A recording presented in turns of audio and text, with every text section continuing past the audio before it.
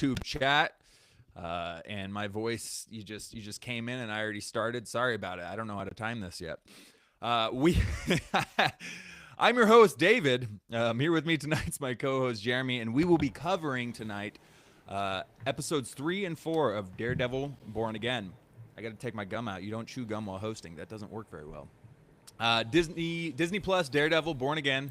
Daredevil is back, continuing the Netflix series. It's pretty freaking sweet, and I think we're all very happy with the product. So we're going to talk about it here. As always, follow us on our socials: Instagram, TikTok, X. TikTok still lives, and I guess we'll just keep on saying it because I haven't heard any news of it going away. So it seems like it's here to stay. Also go check out our most recent episodes. Our last 3 episodes are all Daredevil centric, actually. We should have a Captain America 4 review out there, but unfortunately, due to Riverside and my poor internet, I am still struggling to fix that. So if you're really itching to listen to that one, it is on our YouTube page, so go check that out. And always, we got Weekend Geeks. It has been a minute. It's been a few weeks since we've released a Weekend Geek, so our apologies. Sometimes life gets crazy, but we will be releasing one shortly, early next week, ideally. Also, our third annual 2025 box office draft is out there, and in case you missed it, we had to take the trophy away from me. Caleb won the box office draft of 2024, with Sonic 3 and Mufasa both making extremely late pushes. So I relinquished the title. Caleb is now the 2024 champ. Tune in to see who's going to take 2025. My first movie, Captain America: Brave New World, not doing great, under 400 million. So it's probably not going to be me, but tune in. And let's get into it. So we already covered the first 2 episodes on our last release last week. Daredevil's back. We met White Tiger. We met Fisk and Vanessa again. And obviously it ended with Matt going crazy and snapping the cop's arm in the apartment. And it was just an awesome way to end the episode. So we rolled into episode 3 here, continuing off that, and I don't really have a recap for you. So spoiler alerts for everything coming out of episodes 3 and 4, but episode 3 essentially was 95% comprised of the trial of Hector Ayala. Hector Ayala. Hell yeah, there you go. Hector Ayala, the White Tiger. So, man, we jumped right back into a court scene that is very reminiscent of Netflix. Obviously, we had a lot of trial scenes, and they were some of the best parts of the Netflix series in Daredevil. They were written very well. We saw some god-awful, embarrassing, hang your head and maybe choose a different career path trial scenes in She-Hulk. So it's really nice to see one that actually is believable and isn't the most just idiotic waste of time you could. All right, sorry, I'll stop ranting about She-Hulk. Daredevil did it really good. They obviously had one of the writers on this show who had written a trial scene before, because they admitted that they did not have that on She-Hulk. I'm just going to remind everybody, the subtitle of that show was Attorney at Law, and they didn't hire anybody. Anyway, back to Daredevil. Louis, I know, I get it. So we get this trial scene, but right before we get into that, we see Kingpin and Vanessa, and they're having a little breakfast. I don't know, not a lot to talk about there. There's obviously tension building between the two in their relationship, where we eventually see them go to marriage counseling. I don't think anybody was really hoping for Kingpin's return to be revolved around marriage counseling. When you hear that, it doesn't sound great. But what have you thought about the whole Kingpin and Vanessa thing? These 2 episodes. You could talk about episode 4 too. Yeah, on paper it doesn't sound exciting, but I think they're doing a ton of different cool symbolism things, like these weird parallels, like the red and the white, the faces, and the mayor and the devil in the episode 1. With Fisk and his wife, it's like they're almost getting, they're starting with struggle, but they're getting closer and closer. Vanessa seems like he's starting to trust him by the end of episode 4 at least. But at the same time, we end episode 4 with him. He is fully still Kingpin. He has Adam locked up. And that shows pretty much like that's full Kingpin. We were going full spoilers. But yeah. I really like the progress of he's trying to be a good guy. The show's saying he's a good guy. But no, like by the end of episode 4, we know he's Kingpin, which we already knew. But at the same time, just the way they're presenting it is beautiful. And it's fine. I would have thought I would have hated it, but their therapy scenes are totally fine. They're actually kind of entertaining. It's weird to see Kingpin. I've always loved their relationship. As a not a huge romance fan, I think their relationship's fun to dig into. So I'm like, why not?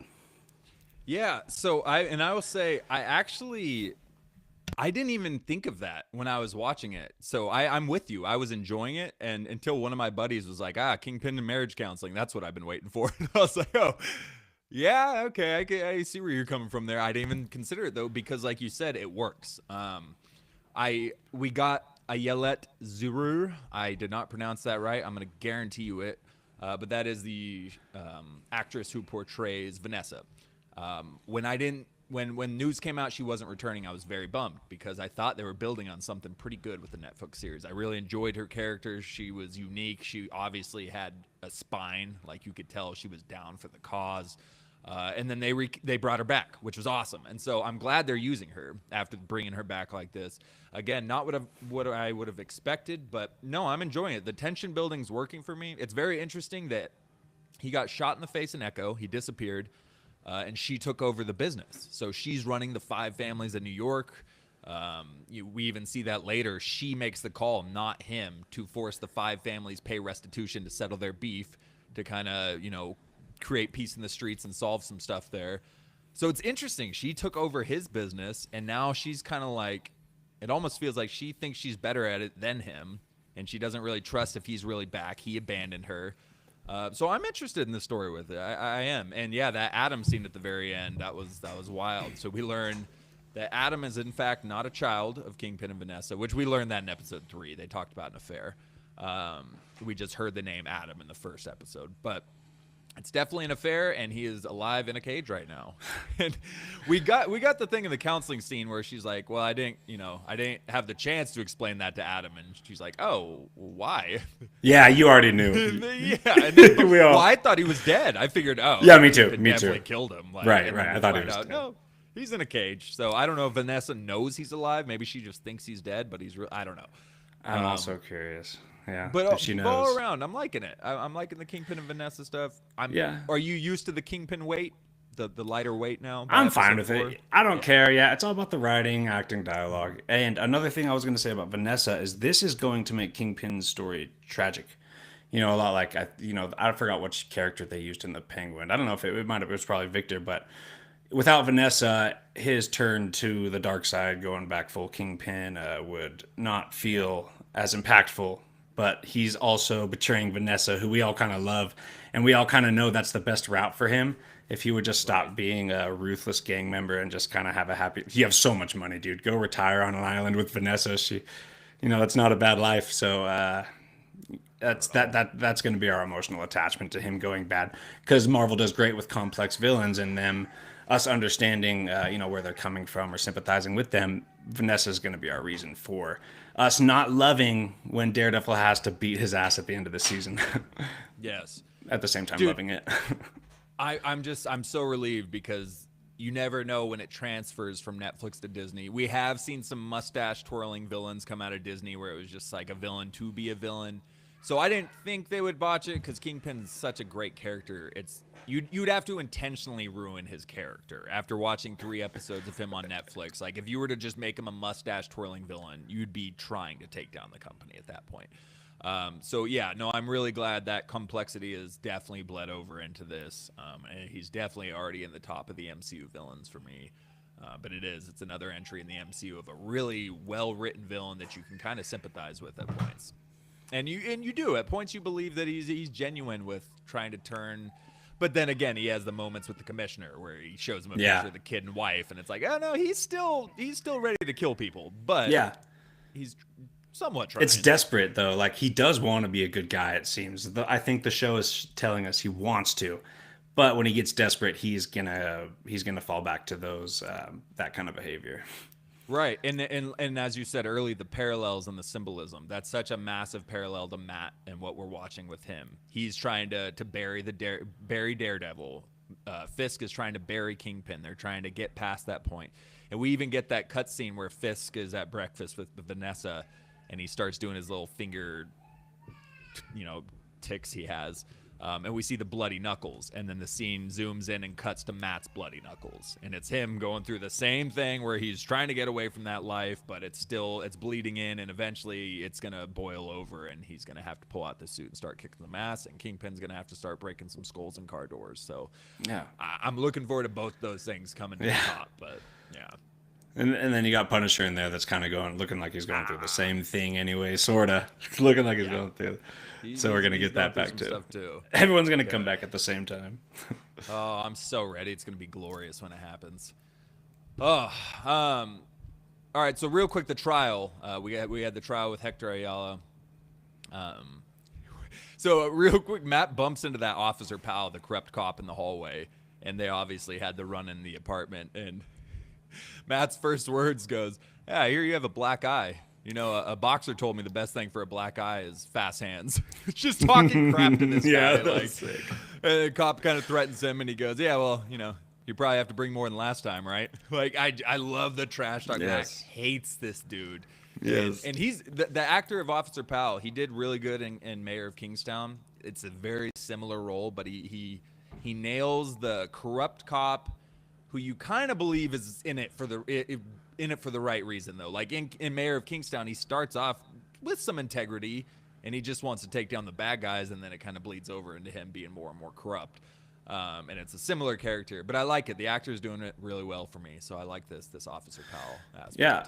That's funny you say that, because that stood out to me, but I didn't think it was something that would really stand out to anybody. Because he feels like a character that should be really obnoxious and annoying, like how I would imagine, like a Guy Gardner, for example, with a bowl cut. Like I expected, but the actor pulls it off really well, like you said. So it's cool that you say that. It's such a small character, but he's got quite a bit of a role here. And then you bring that shit talking Matt out, dude. That's pretty funny. I don't think we saw that ever in Netflix. Maybe once with Kingpin. Maybe, yeah. But not to a cop, I don't think. He's on his game now, though. He's better. Dude, I'm loving it. And yeah, the writing is there. So they're writing Matt Murdock well, which is, again, a relief. Yeah. So we get the trial scenes. Hector's on trial. A little over the top with the cops sitting in the stands, and then it zooms in, and he's just got a massive Punisher neck tattoo. Like the other ones all have these like inconspicuous, like on the wrist or behind the ear. This fool's just got a Punisher skull on his neck and is fully visible. I feel like obviously he's the bad guy. It just seemed a little over the top with that neck tattoo there. But you know, Matt overhears him saying that the witness can't get to testify. Matt reveals that he has found this informant that Officer Powell and his partner were roughing up, and they deny that they even know who they're talking about. And we see the whole thing where Cherry is trying to get this guy to trial without getting killed. The cops send a hit squad after them. They pull over Cherry, but they pulled a fast one and switch the guy. So the guy makes it to court. So that was a pretty tense scene the whole time. I'm thinking, like, why'd you just tell everybody about him? How about get him to the courthouse and then drop that bomb on everybody? Like, hey, by the way, like, I have this guy on trial. All right, get him over here across city. Like, you get him here safely. But he gets there safely. It's a little bit of a plot twist. He gets there safely, and then he gets scared, and he takes away his testimony. Matt loses his key witness right there and pretty much gets pissed. And it was frustrating. When he lied on the stand, it was so frustrating because you're thinking, all right, he's got him. And then the guy just gets cold feet and dips. Yeah, for sure. I think they did a good job writing that court scene as far as, like, it wasn't just a theatrical win for the good guy. You know, that sometimes court scenes can kind of get like that. Yeah. And that's my kid. I'm sorry. It's bedtime. Sometimes he protests that. But it's just sad about Hector. Right. And yeah, I don't even know if you could hear that. Hopefully you know what I'm talking about. Anyway. A little bit. Yeah.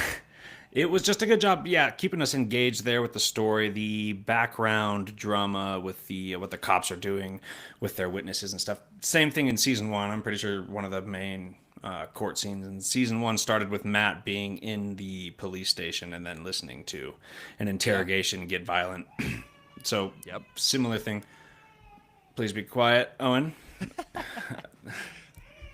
Quiet in the audience? No, you're good, bro. You're good. He's going to come actually talk to me. So if you're live, sorry. But if you're on Spotify, you don't even hear this. So whatever. What's even happening? I have stuff to say though, but Dave, yeah, I don't know what to do. He's screaming. I'm sorry. I love you, No, YouTube. you're good. I got this. So JD will dive right back into this, but so the whole trial scene. It was written well, but I'm very curious to see what you think on this. But so Matt, obviously the key witness is gone. Matt's struggling. He's like, I have to get this guy free. He can't go to prison. He's dead set on it. And Fool just outs him. Just outs him without asking for his permission. Just hey, you're the vigilante. Days after the Kingpin just told him, like, yeah, I'm going to kill vigilantes. Like, vigilantes are done in this city. And you just outed this. I don't know. I feel like that was like, that one was one of the few times I was like, Matt, dick move, bro. What was that? So I don't know how you felt about it, but I thought it was really messed up. Like, No, that was wild. So, but I didn't know. I wasn't sure. Is his identity super secret public? Did Matt literally just decide upon himself to reveal his identity to the public? If that's what it came off as. Yeah. that Like, that is because yeah. Hector later was like, that wasn't your place to tell that secret. He Like, said that. And it's so that's actually like a giant dick That's move messed coming up. from, and like, I don't know, something about reading the comics. Daredevil and Spider-Man are always talking about their secret identities, how important it is. Yeah. It's one of the things it's one of the lines you never cross, especially choosing that for someone else just to win a case. That seems weird. It's almost out of character. That seems like ask the guy. Maybe he doesn't. Maybe it's not worth it to him to out himself. Maybe he'd rather go to prison, bro. Yeah. Like now his family is in danger for anybody he's Which, taken out.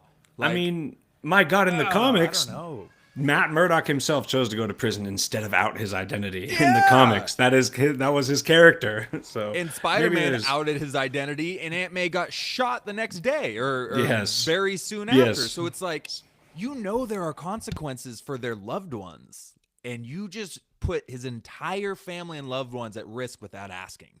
That was just it felt out of character. I feel like Matt would have been that brash, like to just do that. Was wild. I don't know. I felt really bad for Hector.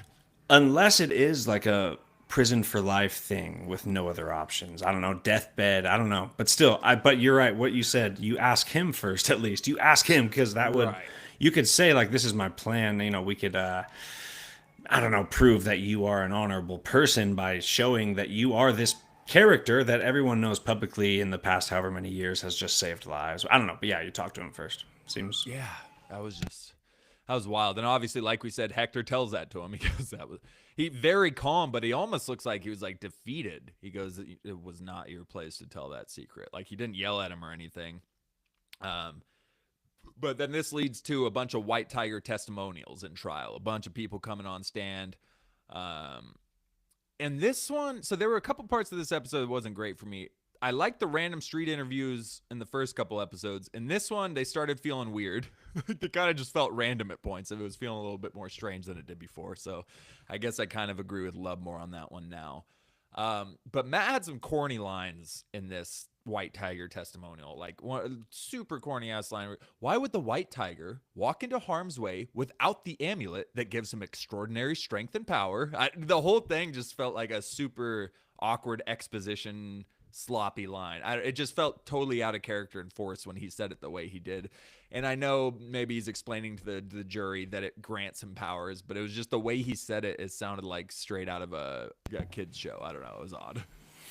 I have a tiny bit more tolerance because it's exactly the way the comics went. But I remember when I read it in the comics, and I forgot if it was Bendis or Brubaker, but I remember when they were talking about the amulet, I felt the exact same way. And I think it works even better in a comic. So I could definitely understand if you're seeing that on the TV, if you feel that way. And I'm sure a ton of people feel that way because, yeah, an amulet that gives you powers. And you're talking about it in a courtroom when you haven't had exposure to it in action yet.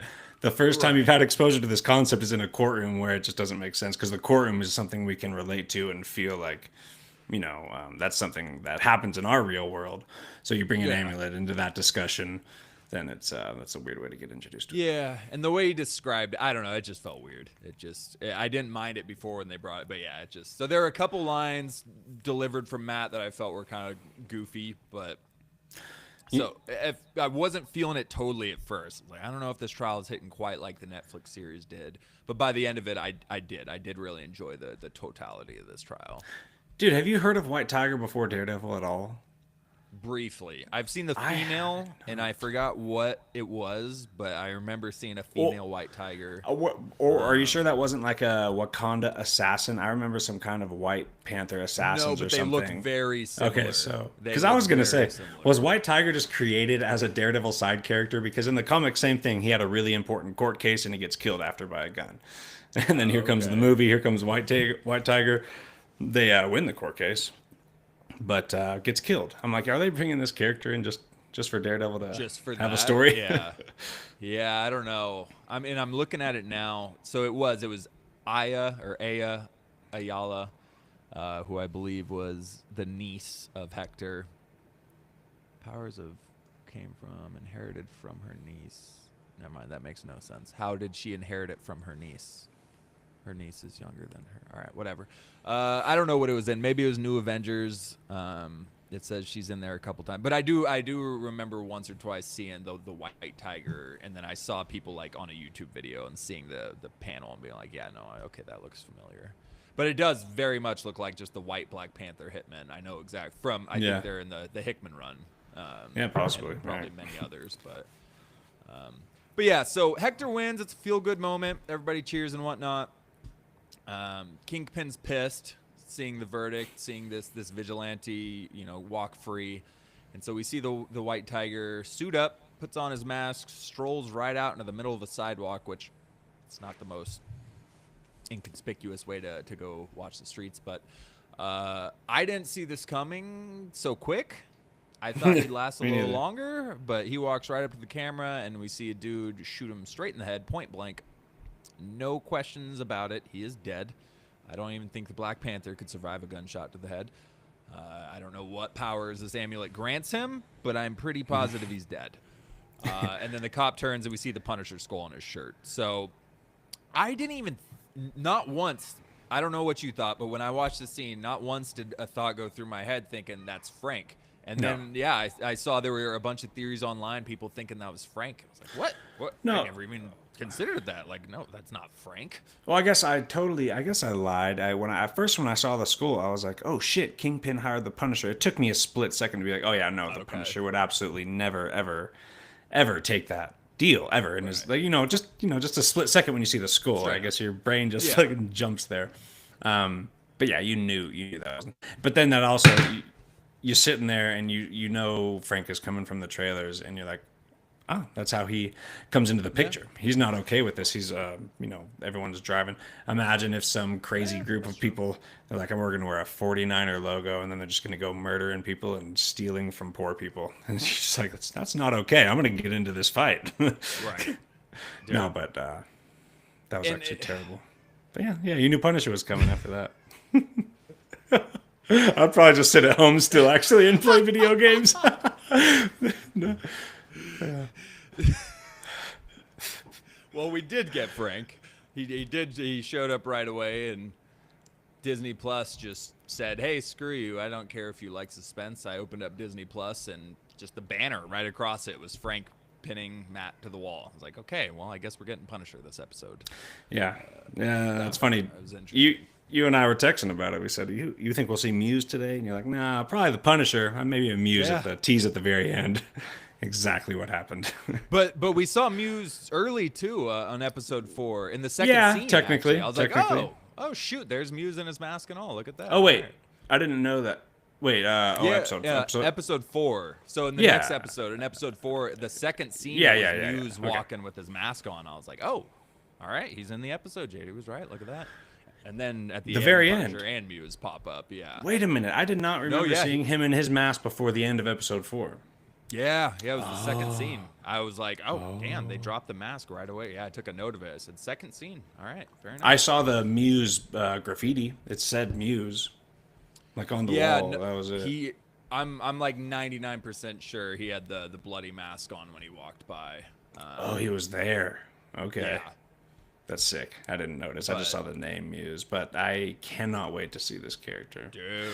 Oh, but we're rewinding because Kingpin having this guy killed, dude, and we're talking about Devil's Reign happening where Kingpin shuts down all the heroes. In that comic, he has its own freaking Thunderbolts squad, and they're called the Thunderbolts, and we have a Thunderbolts movie coming out. So are you feeling a little more like Kingpin could be a big bad and they revealed at the end of Thunderbolts, like maybe he's funding the Thunderbolts, or do you think that's just outlandish?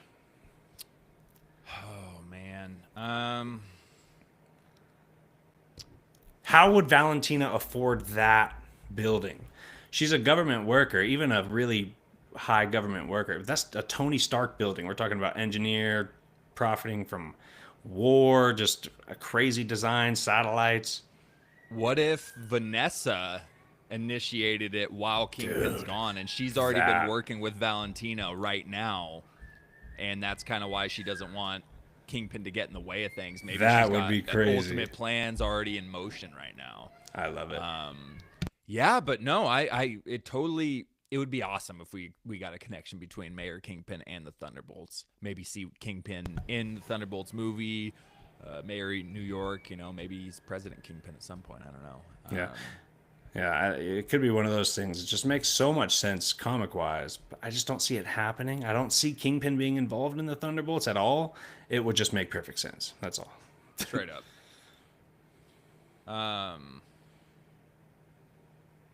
Sorry, real quick, I gotta grab something. So, I want to ask you. We're getting into episode 4 here. I don't have a recap for you, so you're just gonna have to deal with it. But we'll touch on the stuff that happens. So right off the bat, Matt gets news of the murder, and he's in the police station, I think, or the courthouse. I don't remember, one of the two. And we meet Hector's niece. And honestly, I thought it was a pretty solid scene from the actress. I thought she actually did a pretty good job, brought the emotion. What did you think about the whole niece in this situation? So I'm fine with the niece. I think they did a good job with both of these random character nieces because Yurik has his own niece over there. She was the one who interviewed Kingpin, and then you got this new niece coming in. Both of them did fine. They do both carry this kind of important stature about them. They have goals and missions, right? And that was, Yurik's niece also, right? Oh, or yeah, was it so daughter? BB is Yurik's niece, who was out So at the club with that one Kingpin guy. Yeah, and then we met Hector's niece. Yeah, you're right. Yeah, so, a bunch of random nieces coming in with missions, and they're fine. They're both good actors, and I think they come with a purpose that we're going to find out a lot more about later. They definitely seem like the characters that didn't just show up for, a couple scenes. Right. Yeah. So I'm interested to see, obviously, the whole theories have been going, who's going to be the new White Tiger? Is it going to be his sister? Is it going to be his niece? We haven't seen his sister yet. Excuse me. I'm assuming it's the mom of the niece we just saw. She seems a little young to take over the White Tiger mantle right now. So I don't know if they're planning like a future Young Avengers White Tiger where she's super young or what the deal is going to be. I kind of hope they just leave it as is now. We don't need a new White Tiger already in this season, personally to me, but I guess we'll see. But yeah, then right off the bat, like I said, and I forgot how the scene rolled out, but we saw Muse. I'm 95% sure with the bloody mask there. Didn't really see anything else about it. It just kind of was a little tease right before the opening theme. Which, by the way, I love the opening theme. I'm giving it a solid 8 or 9 out of 10. It's perfect for me. It's perfect. I love the music. I love the little variation they did with it. The statue turning to blood, the title card. I love it all. So I'm all about a good title theme for a show. I care about as much about the shade of white of the cloud above my head. It's fair. It's fair. No, I do. And honestly, the Netflix Daredevil intro scene is dope too. The blood, the music. Good. So they do have better intro scenes. I just hate intro scenes that are long specifically. It's just like, why are you doing this? I mean, I could only think of Game of Thrones had a good one. Daredevil has a good one. Can't think of many other good ones. I skipped the majority of them. I'll watch one of them, but like I watch Rings of Power here and there because it was just kind of cool seeing it all come together. True Detective didn't have a bad one from what I remember. It was good. I like the song, the whole part of True Detective. Yeah. Peaky Blinders got a good one. But anyways, dude, so I'm watching the scene. So we see James Gandolfini's son playing the role of the young guy who absolutely idolizes Fisk, and he accidentally leaks the recycling news and everything. But we see him in the club. That whole club scene was another kind of felt awkward scene to me. I don't know, the whole conversation and him talking about how he's green, but they're all drunk at a club. I don't know. It was an interesting situation, but I guess it served the purpose of him accidentally leaking the news and getting Kingpin pissed at him. But for some reason, when I was watching the scene, I had a thought come to my mind. I want to ask you. A, is Turk still alive? And B, do you think we'll see Turk show up in this episode or in this season? Is he dead? I thought Turk died 2 or 3 times already, but I don't think we're gonna see him again. He gets beat up every other episode at least, but He does, but I like him for some reason. I don't know. I love Turk, dude, and he was kind of the super random weird comic relief, just like this character is for Kingpin. Like, who thought we would get this weird sycophant for Kingpin just by his side saying, "Wow, God, you're doing such a good job this whole time." It's hilarious. Kingpin absolutely does not need a character like that. Why did they put him in here? Like, what is the why? He's a confusing character, but he's pretty entertaining, and then he actually killed it when he had to really, kiss Kingpin's ass there, and I mean, he absolutely nailed it. Even their little professional lady was impressed. But why is he here? I don't get it. He's entertaining, but he's so weird. I don't know. They obviously got some plan they're building up with Something. it, but He's his victor. Watch, and Kingpin will kill him at the end. I could 100% see Spoilers for the Penguin? that. Victors in the Avengers. On. Yeah. Anyways, Turk We went Barrett. to the zoo. I'm looking. No, okay. So Turk never died on screen. So I could see him popping up randomly. I don't know. I could see it happening, but he's alive out there somewhere. Anyway, so let's see here. We already talked about the therapy session with Kingpin and Vanessa there. Talking about Adam. It did humanize him more. We talked about all that. Then we see Matt comes to jail to find this Bradford guy for a lead.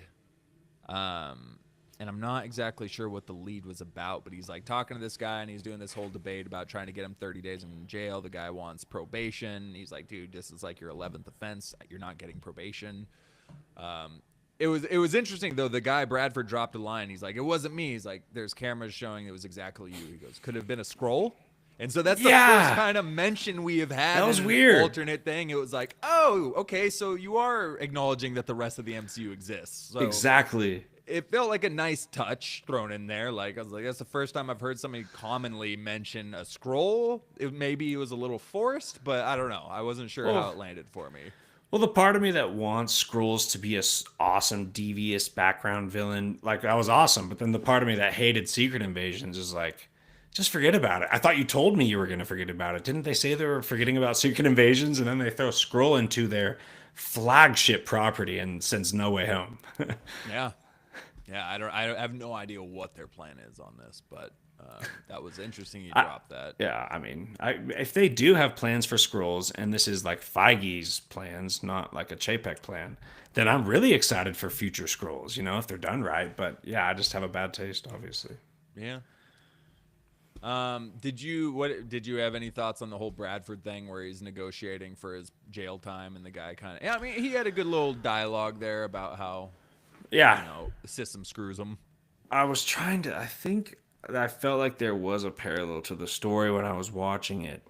It was Matt, like, he's fighting for a system that is actually possibly broken. This man doesn't really seem like a bad dude. He seems like a desperate dude that's trying to eat. And like, my God, he just wanted a dessert. He just wanted to eat something sweet. And like, he's right. The amount of tax dollars that go into incarcerating him are a lot more expensive than that, like the Cracker Jacks were or whatever. And the punishments that the system put him through previously absolutely prevented him from moving his life forward in the future, to put him in a position where he wouldn't be desperate for food and he wouldn't have to steal. So it's like, it was a weird look at the system that Matt actually devoted his life to. Doesn't work. And And yeah, I felt like it paralleled with something else, but I did like it though. I did. At first, you're like, this guy's a scumbag, and then by the end of it, you're like, oh my god, yeah. I mean, obviously, we all know the system's fucked up, but Right. when someone puts it so plainly, it's like, God, dude, that's rough. But that's great writing. That's great writing. It is. So we do know that, and we talk about that, but I didn't know what the hell where they were going with this, or why Yeah, it was so exactly. important. But by the end of it, it was like that was actually pretty well written. Yeah. And I think it's going to be a catalyst in Matt's return to Daredevil. His lack of faith in how the system works, and he's going to need to put on the outfit again. But yeah, dude, he's right. He's like, dude, last time you put me in jail for 20 days, and then I didn't get my food stamps, and then I wasn't able to. I'm still trying to get it back because they canceled me because I didn't respond for. And he goes through all this stuff, and I thought he made really good points. I thought it was a really nice kind of. It wasn't a preachy shoving it down your throat. Right. The system is broken. It was like a really realistic. You could totally, I don't know why I can't think of the word right now. Sympathize with the situation there though. But yeah, it was a nice, again, another little gem of like, okay, they're writing this pretty well. The writers on this are doing pretty well. Absolutely, and it totally felt like one of those things that was going to be kind of weird and campy at the beginning. Yeah. Sorry, go on. Yeah. No. So I liked it. Another part of this episode, we got Kingpin's super awkward mayor tour, which maybe I'm missing something. Why the hell is everybody singing the same god-awful rock song, We Built This City on Rock and Roll? The kids are singing it. He goes to a Latvian heritage place, and they're singing it in Latvian, which I don't know. I was so confused at why this song kept being sung to him. But it was very interesting getting that whole Latvian deal. So now I know obviously It's not Latvian. Okay, that's what I was gonna say. Obviously, that's a real place and real people. But in the comics, what do they call Latveria? Like Latvarians, I guess, instead of Latvians. I think so. Probably. Yeah, they're Latvians. Okay. Yeah. Okay. But I couldn't help when I first saw it. I was like, Doom, and I was like, oh, Right. Latvia. Never mind. Not Latveria. It's so funny. But it I was didn't just, even. I don't know. It was weird. They were singing the same, so it was an odd scene. I didn't even notice the song, but the way it sounds like something I've learned to tune out for a long time. And that's every single, even the best movies have something really weird happen in them all the time. And I feel like if something weird That was starts it. happening, I just tune it out. One of the weirdest, and it's not even an amazing movie, but was Zack Snyder's Justice League, which finally it came out. It's so much better than the theatrical edition. But then there's this I scene where they start singing with Aquaman in the water. It's You're just like, like 4 what is this? minutes of Danish singing. It's the Yeah. weirdest thing. They're It's like so bad. tearing up and crying, and you're like, Yeah. what the hell is happening? I'm not right attached to the moment at all. You're just singing. now? There's no emotional weight to this. Yeah, well, it kind of reminded me of that. Yeah. But so we find out Homeboy got his plan leaked, so he talks to that young kid who's obsessed with him. And it was pretty funny. The kid's like, I was drinking a lot of vodka and tequila, and I was probably on ketamine too. You should probably stop. Damn Like- Disney. But anyway, so he he says he blew it, but he'll forever be loyal to Kingpin, and Kingpin sees loyalty. So he keeps him on, he keeps the chick on, and he sees some people he can use for his plans going forward. But the biggest part of this whole episode, Matt finds a casing of the shot that killed Hector Ayala, doing some Batman detective work there, and apparently sniffed Frank out literally because he sniffed this casing and then I don't know. He felt the Punisher skull on the casing and then sniffed out where Frank was. I don't know how that worked. But anyway, Frank's back. He's living in a storage room, but he is back. He has not had a haircut in a year and a half. He has not trimmed his beard since Punisher season 2. But he's back, man. And I freaking loved this scene. They did it. They did another Frank and Matt dialogue sequence. No action in this whole episode, but I was edge of my seat with it the whole time. Both of our favorite episodes, I think. Yeah, absolutely, dude. Frank just had so many great lines. Like, you ran around in a Halloween costume beating up bad guys. Yeah, thank you for your service. Just like he knows what to say to push those buttons with Matt. And when he starts pressing on Foggy, like, just admit it. It's about him. It's not about him. It's all about him. He talks to you, doesn't he? You hear his voice, and he's just getting into mad about losing Foggy. Dude, and talking that was about powerful. Bullseye. Like, Bullseye gets to just eat at the chow hall and breathe the same air you breathe. And Matt freaks out, yelling, he got life. Oh, yeah, did Foggy get life? Like, God, the whole interaction was just so good. It obviously got to Matt.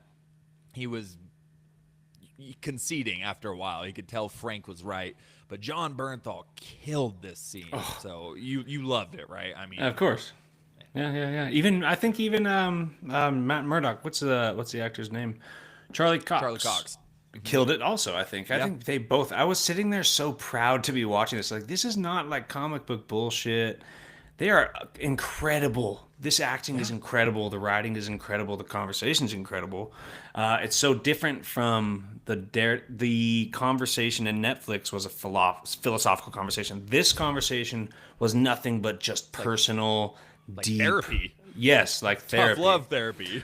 So, it was amazing. It was amazing, and it brought back. They both continue. I'm annoying myself with these parallel things. They both paralleled their jargon when Matt says, "You have all this shit. Put it to service." Or, why don't you do anything of service? Using his military, he served, right? And then Frank turning that around. You're guilty. You're guilty. Using his jargon at the lawyer was beautiful. But the thing we were just talking about before, I had an epiphany about the system, where they're showing how bad the system is for someone who has no power and who is a criminal or stealing candy, whatever the fuck. And they're even showing how the system is kind of broken. If you are not a criminal, you're the opposite. You're at the top. You're the mayor. And you have to go through all this bureaucratic nonsense even to get anything done. It's like this whole show is kind of dedicated to showing how the system is fucked, whether you're a criminal or whether you're the mayor. That's crazy. Yeah. And then, and they're doing well. Yeah, and that was, kind of the conversation before. But Frank and Matt, wow, holy shit. The emotion was there. The director came on a few months ago and said, I don't really care about a show about them talking about nonsense. Let's just get to the action. And it had us all kind of worried. But the dialogue and the writing is incredible here. And it's just crazy that the Punisher and Daredevil have these conversations. If you would have told me 10 years ago that Daredevil and the Punisher would not only be on screen together, but have a scene that would be some of the best cinema I've ever seen, and there's zero action, and there's two of these scenes out there, it's weird, dude. And it's just great, dude. I can't wait to see him in action after that, too. Well, yeah, that's the thing. Like, this episode proved to me that I can have confidence in this series. This episode was like the final. I was already feeling good about it, but this episode was like, they can do this. They are doing it, because there was no action in this. It was purely dialogue and setup, and I freaking loved it. And seeing John Bernthal and Charlie Cox have that type of dynamic scene was like, that was it. That was the final straw where I was like, I'm fully invested. Yeah. Like I believe in them. I think this is going to be a solid season. They brought them back successfully. We'll see how they wrap it up. They could still, whatever. They can still Disney it, but I don't think they're gonna. I think Feige came in. I think he made a lot of changes, and I think they were the correct changes, and we're already seeing that result. So this was just incredible. Yeah, he tells Frank to serve, and Frank's like, yeah, I already did that. Like you said, being in the military, he signed up. He fought for. He risked his life countless times for our country, for everybody in it, and he got his family killed. He got everybody killed. He's living in a storage room right now as a nomad, pretty much. He's like, yeah, look what I got when I chose to serve, to put my service here, to be a hero. Like, and it's a great point. I totally understand him not having the motivation to want to be a hero / vigilante after everything he's been through. But obviously, this whole cops thing is gonna force him out of hiding, and we're gonna get to see Frank back in action. Yeah, dude. I can't believe how excited I am for the action after. That came out wrong. Obviously, we're excited for the action. I can't believe just how good that was without any action. I mean, just like, and that's just going to make the action so much better. So I think we're going to have a couple episodes to wait before we see Punisher in action. Much like season 2, right? He disappeared for a few episodes and he came back and killed off some ninjas at the climactic hand fight, if I remember correctly. Yeah. I think we'll get something similar to that anyway. Hopefully more. Yeah. Hopefully more, dude. The more the merrier, They're on of course. the rooftop. Frank just starts sniping them off while Daredevil and Elektra are surrounded. That was awesome. And we see the skull on the rooftop. Oh, Yes, that's right.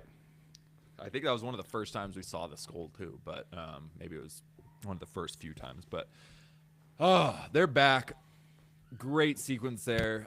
So let's talk about the last aspect of this episode, last part of this episode here, our episode. Muse. So the last scene we see Muse with, I don't know, a victim or two hooked up to some hoses, and he's just mutilating them and making art with their blood that we see. And we really see a serial killer villain that we're about to get. So you being somebody who's read the comics, I'll give my take after. How are you feeling about Muse so far? Daredevil's interesting. Shittiest rogues gallery as ever. It's an anomaly because Kingpin and Bullseye are like some of the best ever, period. He has two amazing rogues, and the rest are some of the worst ever. Muse is brand new, came in, and he's awesome. So I'll just say that. Muse is awesome. Serial killer. You know, he's got a little philosophy behind him. He's got a little art behind him. He's not just mustache twirling. So I think we saw his spray paint with episode 1 when Fisk became mayor, or episode 2. So I think he's going to be very politically charged. I think he's going to have a very strong opinion. You know, I don't think he's just going to kill for fun. He reminded me of the Riddler a lot. I think just the way it was so real, it felt like a real person, a real serial killer. The way he was breathing through his masks or something. The way the Riddler attacked the senator, whoever that was in the very beginning of the movie. It all felt so real. So did this. The way, everything about it. And he's scary. He's soaking up blood to make art. So this dude's going to start making art with people's blood. And I think all the art we have been seeing from Muse, I think we've seen at least 2 or 3 or 4. I think all that's going to be like, you know, that was human blood, the red parts of it. Totally. I think it was so comic-y in an episode that felt like it transcended comic books, like it was not a comic book show. It ended in the coolest comic booky way ever with revealing the next villain. Yeah, so that's pretty awesome. And I'm pumped. And next week we got 2 episodes, man. So we're going to get, I think, full hit of Muse. Oh, that's so sweet. I'm going out of town, get back Sunday, and 2 days later we get double Daredevils. Yeah, no, it works. Oh, that's awesome. So, yeah, I don't know bare minimum about Muse. I know you had mentioned him in the past and that he was going to be a villain in this, so I kind of looked at, you know, okay, he's a serial killer. He kind of makes art with his victims. But I don't know anything past that. So I believe they'll give him some depth. So I'm curious to see his characteristics and what drives him and what's maybe created him. But my first thought, and I voiced it to you, was, you know, we got Carnage in Venom, Let There Be Carnage, and Carnage is an insane character in the comics. I mean, psychopathic murderer, should be very violent, and we got it PG-13 down. We got a very tame Carnage. Even Cletus Cassidy, Woody Harrelson did a fine job, but I don't know. It just didn't make me uneasy. No part of Cletus Cassidy and Carnage made me uneasy the way I feel like it should. With Muse here right off the bat, my first thought was, we're gonna get that psychopathic serial killer villain in Marvel. We're gonna get it here. We're gonna actually get it to where I believe there will be multiple scenes where I am feeling uneasy watching this dude, what he is doing, or say what. So I'm very interested. I think it's exciting to, you know, they already failed at a ginger psychopath, and they're gonna land it on this one. But I'm very curious to see this character get fleshed out. Absolutely. For any comic book fans, Muse is one of the easiest villains to read about. It's like volume 3 of Charles Soule Run through volume 6 or 7 of Charles Soule Run is the beginning and end of Muse. So really easy, not very impactful. Volume 3 is impactful. It's 100% Muse. Not very impactful until his last volume, and it's just called Mayor Fisk. Mayor Fisk. I don't know if that's volume 6 or 7.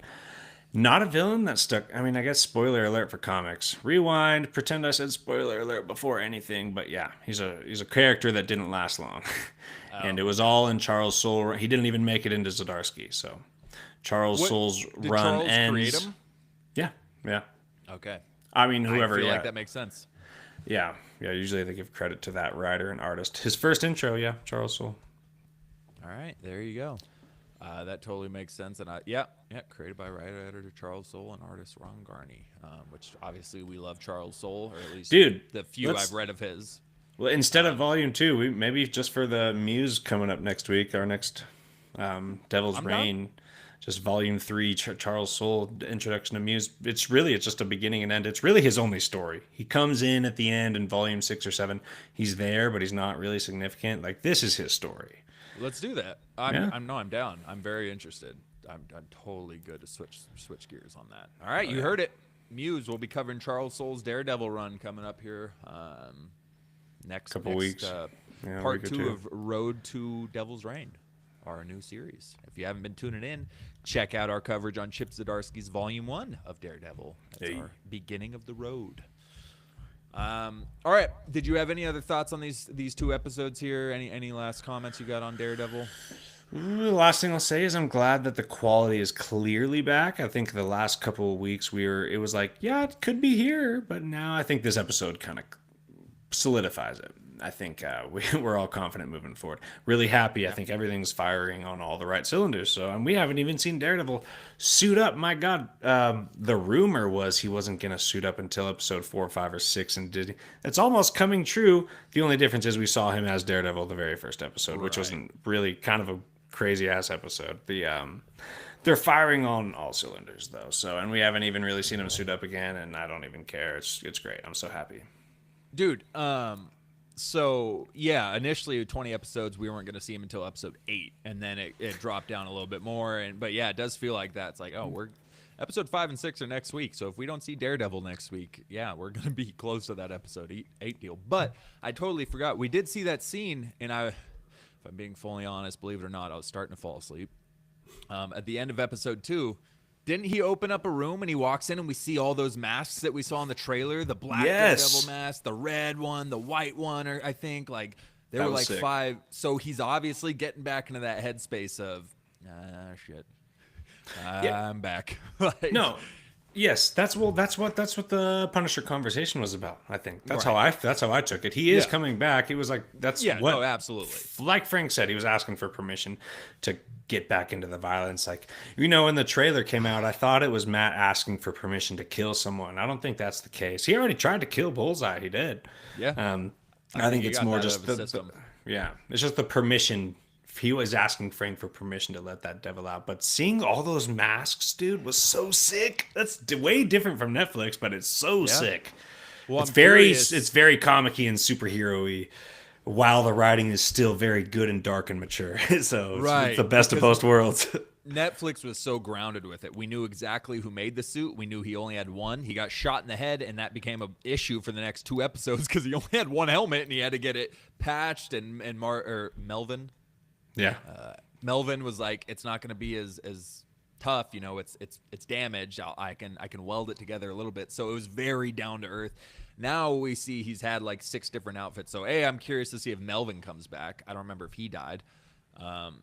I think he did actually, but I'm very curious to see if we're actually gonna.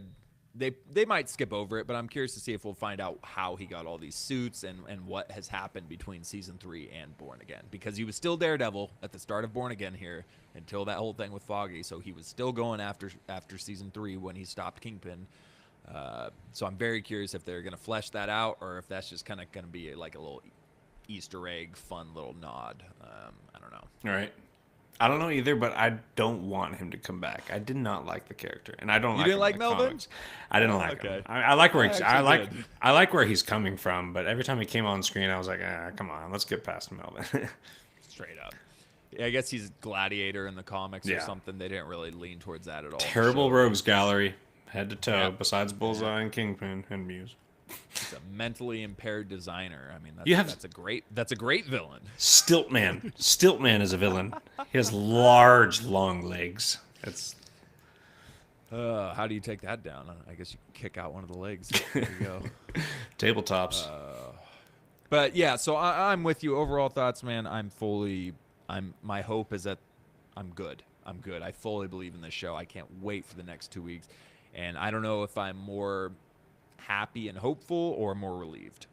Because I was very just again we were hopeful coming into this, but the whole process of the last 3 years or 4 years and the announcement and everything, there was a lot of nervous thoughts about how they were going to do this, and I think these last 2 episodes proved they're here for real, and Daredevil's back. So Yes. I'm stoked. All right. Well, if you don't have any other last thoughts, anything else? I'm good. All right. Well, that'll wrap it up here tonight then. Our coverage of Daredevil Born Again episodes 3 and 4. Caleb was not with us here, but we are going to do everything in our power. He has to get back here next week because it's a double feature. We will force him. Physically I will pry force him. his eyes open. He will watch those We'll episodes kick him in the Tuesday. shins. We will Until he use comes. guerrilla warfare here. But we'll have the whole crew back. We're going to cover the next 2 episodes. And we've only got 9 episodes total. Is that right? I think so.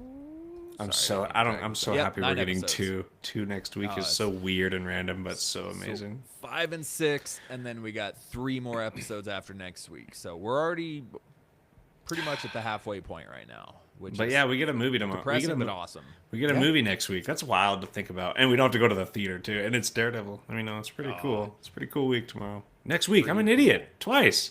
Yeah, it's Tomorrow. not tomorrow, but it'd be cool. Yeah. Actually, wouldn't be. I wouldn't be able to watch it. I'm trying to manifest it into existence. I read an article that said my thoughts turn into reality. So whatever. I like the spirit. Maybe tomorrow it'll come out. You never know. You never know. You never know. They might drop it. Might make an announcement. So stay tuned. If Daredevil does, spontaneously drop tomorrow, That's where why. you heard it first. Yep. Other than that, thank you for joining us here. Thank you to my co-host JD for covering this wonderful show. I am stoked that we get to cover it live. Didn't think we'd ever be at a place where we were covering Daredevil as it came out. So stoked to be here. Join us next time. And shout out to Cinco in the chat who said, "Hey Darius, dar. I think he might know you, Dare." Yeah, this might be some Cinco. Guy, who are you, dude? Snapchat me, text me somebody. The mystery, I'll be curious until you text me. Okay. There you go. I'm going to be naked Good man, outside in though. the snow until you do it. Oh, you don't wait a day or two. Let's see. what Live this on guy's got. TikTok? Anyway, we're wrapping it up. Anyway, that'll do it here for Why So Sidious Nerd Podcast. And we will see you next time. Thank you. Later. Oh, why did I say later? I'm not the host, David. God damn it. Little drunk, little off of nicotine, little high. Beautiful. Beautiful. You know what they say? Have you heard that the one good thing about nicotine is supposed to be public speaking? That's why I keep justifying. I'm like, just get nicotine for the podcast. Just do it for the podcast. Mental. If I could be fucking strong enough to just do it for the podcast and not ever once even think about touching it outside of